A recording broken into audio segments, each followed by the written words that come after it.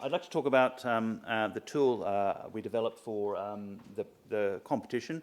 It's actually based on a tool we produced about a year before, so it's kind of second iteration, but it's still not finished. But I'd like to show you there's some interesting things. Maybe we do a demo at the end very quickly, if we manage to connect properly. My talk's divided into three short sections. The first is a background to the problem, why it's a problem and why we need to solve it. It's not up to date. And how the tool works, basically. It's an automation tool. And the future is how we intend to develop this and to develop the... I can't see... Oh, yeah. There it is. Okay, is that better? Yeah. Sorry, okay. How to build a user interface which will work with the tool. These are, at the moment, mock-ups. We had versions of this for the earlier version of the software, but we haven't built them. Anna was supposed to build that part, and she had a lot of things going on. So why link text to images? Can I raise this? No. The reason is that our libraries contain thousands of literary and documentary artifacts over the last 4,000 years, basically since the writing began. And the question everyone wants to know is how we can bring these precious items to a modern audience who daily expect them just to be accessed over the web through their iPads or their iPhones or whatever, and they don't want to actually go to the library. So the obvious way to do this is to digitize the images of the pages of these documents, give them some metadata and shove them into a repository, and then present something like this to the users. This is one of our own interfaces, so I'm not condemning anyone else. But if you look at the bottom, you'll see page 1 of 112, 50 resources per page, and just these rather bewildering thumbnails and other kinds of resources also mixed in. And although you can filter the data, it's rather bewildering, I think, for the user. And if you happen to click on one of these thumbnails, you'll get something like this, which is a manuscript consisting of a handwriting you probably don't recognize, also some crossing out insertions, writing at angles, writing vertically, great big holes, splodges, etc. And you can't really make much of it without a clean transcription of the content. So I think images on themselves, images of pages of manuscripts and books, are really actually quite boring. Okay, this is one thing you can do. You can attach text to a page image by basically putting it over the top. This is what Google have done on a very massive scale. They've digitized about 3 million books in this way. Basically, they use optical character recognition to work out what's on the page and where it is. And it does succeed in connecting the text to the image. And it can be searched, but there's a lot of problems with it. Let me just point out what you do. If you want to find the text, you basically select an area, and it then comes up with the content in a little selection box down there, which I find quite bewildering. And if you can search, it will highlight the word in the background. But the problem with this is it only works if you've got good OCR of the original document, and if it has any errors, they're quite hard to fix. And I think quite crucially, you can't format the text or reformat it, and you can't annotate it, which are the kind of things that humanists tend to do very much with these texts. Another option is to put the text next to the image, and this allows it to be formatted for different devices, different sizes, and you can annotate it, you can study it, you can verify it, you can edit it, because you've got the document next to it. The problem here now becomes you must keep the image and the text in synchronization. Basically, you have to scroll down the text, you have to scroll the image at the same time and the same pace. But even so, this increases the mental effort of the user a great deal to find corresponding words in the text and the image. For example, in the first paragraph there, you'll see that corresponds to the first paragraph on the left, but even so, if you find a word that you're interested in the middle of the transcription, finding it in the page image will take you at least several seconds, and this problem becomes even greater as you scroll down, and you've got to try and first of all work out which paragraph is which. So if you're going to link the text to the image, at what granularity do you do it? You can link it at page level. That's to say you go down a page in the text, you go down a page in the image. That's very useful, but it's very coarse and doesn't really reduce the amount of mental effort required. You can link it at the line level, but that only works if the lines are displayed as is in the transcription. If you want to get the advantage of reflowing the text, reformatting it, then that doesn't work. So most people have plumped for this word level granularity, which we've also adopted. And this works even if the word's hyphenated at the end of a line in a printed text. You can just display the two halves of the words in the image and highlight the word in the text. So trying to achieve this word level connection has puzzled people since about 2000 when the University of Kentucky started to try and do this. And the methods that have been developed so far, also in TextGrid and Tile project, to basically manually draw shapes around words and to link them to the text by adding markup in the transcription. If you've ever done this, I've done it a little bit, and you go nuts after the second page. It's very, very tedious and extremely expensive. And the markup, this is the other problem, the markup becomes so complex. The conclusion that was drawn by researchers recently is that you need separate transcriptions for formatting the text and another one for containing the link. So you have to copy the transcription into two documents, and that's basically impractical in my view. The basic idea of Tilt is to get around this, first of all, by not trying to recognize words in manuscripts, because it's just too hard. Manuscripts come in many, many shape sizes, formats, line spacings, and covered with erasures and so on. But what's practical, perhaps, is to recognize words in an image without recognizing content, and then use an existing transcription of the page content instead, and to link these two components in a mostly automatic way. Now you may say, well, existing transcriptions, you should have been recognizing your image. We haven't got transcriptions. But in most cases, people either have them already or something similar to them, or they're willing to spend the money making the transcription, because if you've got a serious website, you're going to need the content somehow. So I think that's a reasonable restriction. So this is a basic oversight of Tilt. I hope it's not too technical. The first version of this program was all welded into one, and that's probably why it didn't work that well. But the second version, we decided to split the service. This is a faceless server application which just answers queries. You give it some text, you give it some images, and it just does its bit and spits back some results. And at the bottom, the bit that we haven't finished yet is the web-based graphical interface, which mediates this exchange of data. So what you do is you have an image, and you have the text of that image, either plain text or HTML, and you also have a basic outline of which parts of the image you want to send to the service in this GeoJSON format. It's basically the format which is used by geographers to describe shapes on a map, and it turned out to be very helpful to us. And when you send that to the server, it spits back all the shapes that it's recognized on the page and the links between the shapes and the text. Here's a schematic. I'm not saying this is actually a user interface. This is how it sort of works conceptually. This is quite important that the GeoJSON description of the shapes is completely disconnected from the text and the image.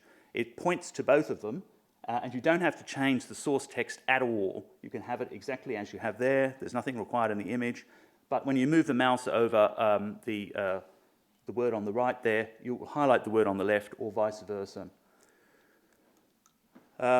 So the way this works is that you have to prepare your image in the graphical user interface. So either you choose to send the whole page up, as on the left, although it looks complicated, it is, but it's all one block. And on the right, you've got an image which has got several blocks that you might want to recognize in a certain order, and they might have orientations which are not horizontal, they might be vertical. So you need a GUI to mediate that and to say, well, I want to recognize this one, and then that one, and then that one, and that one, and that's how it corresponds in the transcription. So that's the preparation. The stages of the process are slightly interesting, so I'll go through them very quickly. Basically, you generally start with a color image. The first stage is to turn it into grayscale to reduce the information so you can compute it, and then you reduce it further to a black and white image. This is the normal optical character recognition step. And then you have to look for the lines. We do this by splitting it up into vertical strips and then trying to correlate the peaks of black pixels between the strips. This seems to work better for text where the lines aren't straight, basically. And finally, you have to recognize the words that you find on the lines that you've recognized and link them to the words in the text. I'm just going to look at those last two stages again a little bit. This is an example of a text which unfortunately has a black border on the right, which I couldn't get rid of. it was photographed on a black background with the text running into the border. If anyone's doing any digitization, please don't do that, because it's very impossible. To delete that, you have to delete some of the text. But what you see here is that the line recognition algorithm has had a good go at recognizing the baseline text, but it's also recognized a few of the ascenders, which are quite dominant in this handwriting. However, we can eliminate those in the next step. Notice that the writing is not horizontal, it's not straight, it's curved and also tilted, but the program is able to cope with that. The other problem is recognizing words. Words are defined in tilt as basically blobs of connected pixels with small gaps between them. Now, if you've got 300 words on a page, the biggest 299 spaces allowing for the line ends are probably word spaces. But that works excellently in printed text, but doesn't work that well in manuscripts, and I'm still searching for a better technique to do this. Here's some problems that come up all the time. You recognize 4 shapes there. There's actually 5 words. The last 2 words are very close together, and that's why it's recognized as one word. And at the bottom, you've got the opposite problem, that you've got a single word, L Latore, to the reader. The second word has been split into 2 because the writer just left a nice big gap in the middle of the word. So how to represent words once you've found them? People have used strange shapes to do so, even circles. Not many circular words. Rectangles. These don't really fit slanted or irregular text very well, but simple polygons seem to do everything. So they're the only things we use. These are basically convex-only polygons, so they're not all that attractive. I'd like to move tilt to the sort of sexier polygons, which hug the contours of the words and leave a little nice shape around them. I think it'll look much nicer. So the question is, how do we link word shapes to words? People think this is a kind of mystical part of tilt, and they don't really understand it. I'm going to try to explain it. I'll probably fail. But basically, it's based on the idea of measuring the width of words in the text. Once you've recognized those words, you know how wide they are, the shapes, and you know how wide the words are in the text. You can correlate how many pixels per word. So it's basically like if you've got a row of buckets of different sizes and you're trying to fill them up with sand. So you start off with recognizing that, avowed, they're basically the same width. And then you move on to another word, same problem, nothing's going wrong at this stage. And then you come across a state where it's recognized 2 words as one shape, and you've got 2 separate words in the transcription. So it just fills up the 2 words with the one shape. So it's able to do this as it goes along in either case. So in the next one, we've got a word, majesty, split into 2 accidentally, probably by breaking up of the word during a digitization that I explained earlier. And what it does is it waits till it's got enough shapes on the top to fill out the word. And it carries on like this. And this technique here, we've got a number of words which have been run together. Again, we've got to wait till we get all the 4 words. And it can later split this shape into four sections, or try to try and match it up with that. And it just basically tries to make the amount of pixels, the amount of width, the same in both of them as it goes along. This is a biological alignment technique which has been adapted for page images. Let's get through that. So basically that's how it works. Here's another example. That's basically how it works automatically when you do a whole page, but quite often this doesn't work, and there are so many different manuscripts with so many different scribblings on them, there's no way it's going to work in every case. So we have a number of other techniques. These are the GUI mock-ups I promised earlier. This is a technique we used in the first version of Tilt. It's quite useful and very simple. What you do is you basically click on a shape, and it just selects the word for you, and then you select the word in the text and you click link, or maybe you don't even need to do that, and you just proceed along clicking on words. I don't even know these are words. This is Tibetan. I don't know the language, but it seemed to be words, and basically you link them all manually. Now that seems rather tedious, but it's a hell of a lot easier than drawing an outline around each of the words and then entering lots of markup. So I think it's quite a powerful way to do a page in at least a few minutes. Here's another technique we haven't yet implemented, but it's a very powerful technique. I call it update with anchors. And if you have a manuscript which has got lots of scribbling and insertions and deletions, you have more shapes in the image than you're going to have in the words in the text. So to link up the two, you'll end up running out of, at the beginning it works fine, and when you come to the edited section, it gets out of alignment, basically. So If you look further down, you'll see that the alignment has got out of kilter because of all the extra spaces and extra shapes in the text. So there's a couple of words there. If we click on them, they're the wrong words, basically.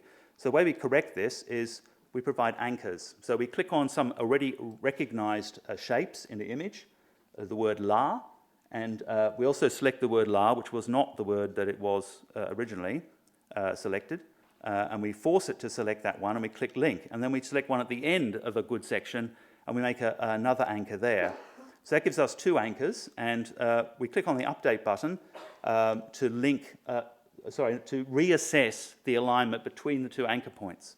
And because it's a clean text, it's highly likely that we'll get rather good alignments. We click on this. This is a mock-up.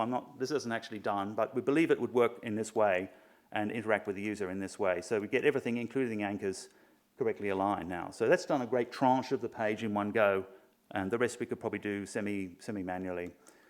So this is the sort of catch-all. If you can't do it any of the other ways, you can draw a polygon manually around it, so basically just scribbling around a word yourself and selecting it, and then selecting a text and clicking link.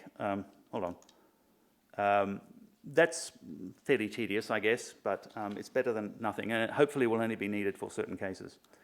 Just to summarize what we do, Tilt is a tool that links words and images to words in text. It does this to make page images of historical documents more interactive and useful online, and it uses automatic techniques wherever it can to speed up the process and, quite importantly, make it economically feasible for large digitization projects. It's currently incomplete, it lacks a GUI, but progress so far has been promising. It needs probably better work on word recognition. Let's start with the thing that works really well. This is the service. This interface, by the way, isn't a real user interface. I know it looks absolutely awful, and it's really just a test interface so I can test the back end. So what we do, we take an image. Is that loaded? Can we see that? Not really. What we're doing is the stages I mentioned before, so you go revert to grayscale and then convert it to two-tone, which takes a little time. Okay, so then we clean it up, take those edges out. This is all just OCR stuff.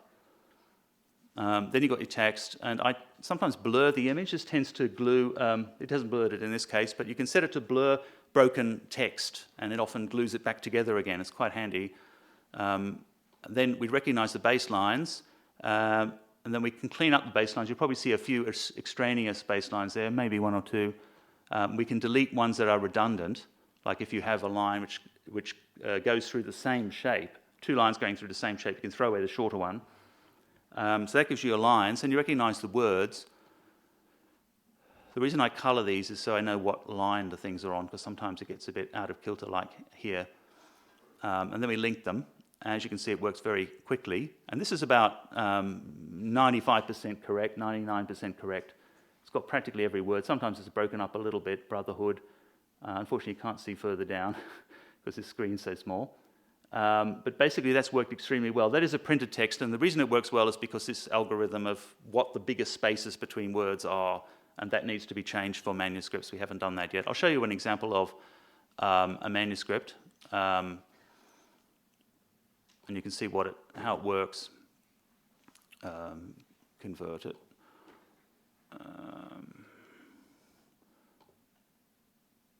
Now here have I used the blur? No.